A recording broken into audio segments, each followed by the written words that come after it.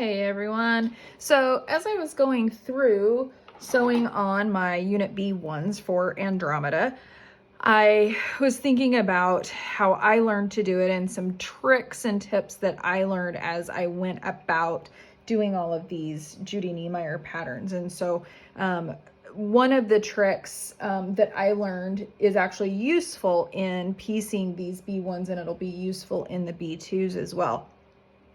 So when you're doing these units, you do this center part first, and then you're going to do the top and the bottom of these. And when you are paper piecing, and I'm going to fold, I did line 6, now I'm working on line 7. When you fold these back, I have these seams in the way. And so you want to make sure that you don't rip the paper to the point that it messes it up, and then you have to put tape on it if possible. And you also don't want to rip your stitches out, which can be problematic because then you have to re-sew it and you're back to square one. So I'm going to show you the tip that I was shown when learning how to do these. So this is part that you can do or don't have to do. So you can see that there are little strings from where I started that seam and then clipped them apart. I granny stitch them together, so one right after the other, and then when I'm done, I pull them all apart, chain stitch them, granny stitch them, whatever you want to call it. Stitch them, cut them apart. So I've got these extra little thread tags. So I'm just going to clip all of those off. And what that does is it allows the thread to not be there. It allows the paper to come off the seam a little bit easier. You can leave them on, but they tend to catch a little bit when you fold this back. So once I have those little threads clipped, then I'm going to do just my normal paper piecing. And you can see that this is a really long seam that I'm going to do. So I'm going to do this in 2 parts, working my way up. So I put my template piece or my cardstock piece along that line, but instead of folding just the paper over, I'm going to go ahead and fold the paper and the fabric. Okay. And I'm going to do that all along line 7. And this is helpful for line 6 as well if you're still working towards that. Now that I have that paper fold and fabric folded, these seams, I can just pop them out of the paper. It's kind of like folding a perforation, a paper that's perforated. And so that's just gonna pop out. I'm not popping the whole thing. I'm really just popping to that 1/4 inch. And you can see sometimes it does rip a little bit.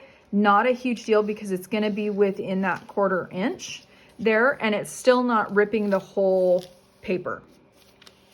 So now I have my paper folded over, but my fabric here. You want to make sure that when you pop that, you're not stretching that fabric too much. You're really just popping those seams out from that paper. Now I'm going to take my 1/4 inch ruler, and I don't necessarily have to, if my template is long enough, I don't necessarily have to move that piece because it's going to stay rigid over most of it for my 1/4 inch. So I'm going to have my add a 1/4 down at the bottom. I'm going to go ahead and trim that up. I'm not going to go all the way. And then I'm just going to carefully keep my template in place, slide that add a 1/4 up, and then I can finish cutting that off for the next seam. If you don't trim these little tails, and I do the same thing, I'll show you what happens. You can leave them if you don't want to do that extra step, but I'm gonna still folding that fabric over as well.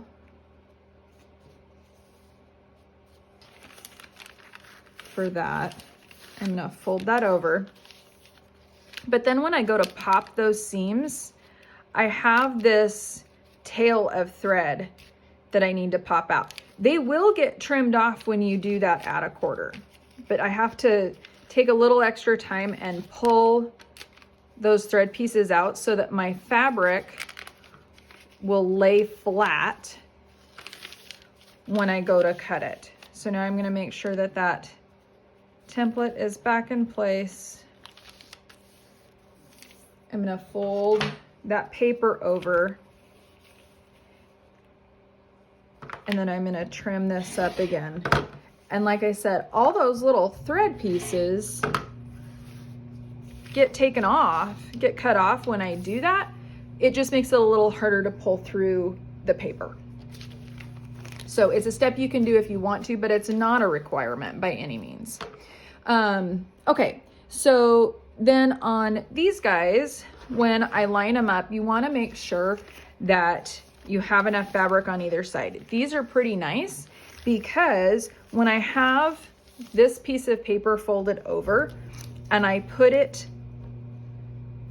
my unit on the piece of, on the new piece of fabric, you can see that I can tell exactly where that piece is going to be and whether I'm going to have enough on either end.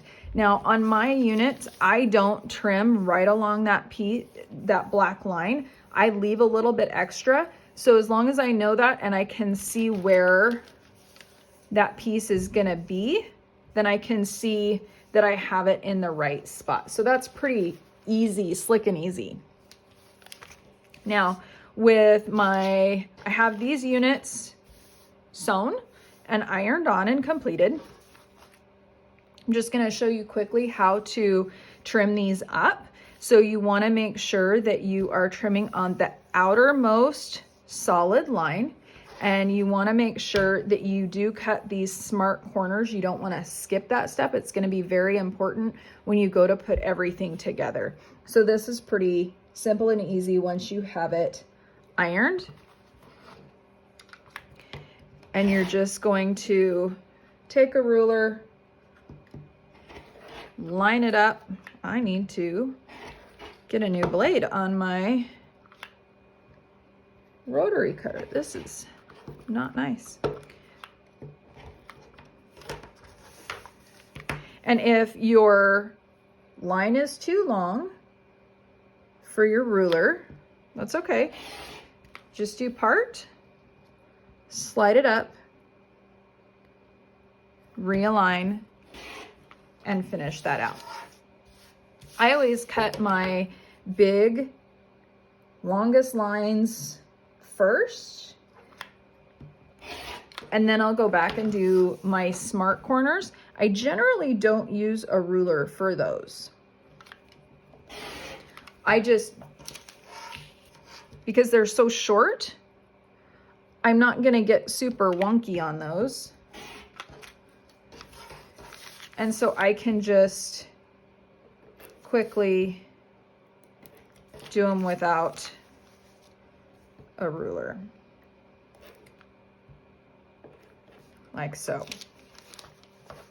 So that's unit B1 finished. Looks pretty nice once it's all put together. And then the next one will be unit B2. It'll be very, very similar. I'll do another video on how to start that one, just because I do know that a lot of people struggle with how to start getting those first two pieces in the correct order to be able to get that going. So I will show you that one. And then if anything else comes up during the completion of B2, I'll show you that as well. But that's the completion of unit B1.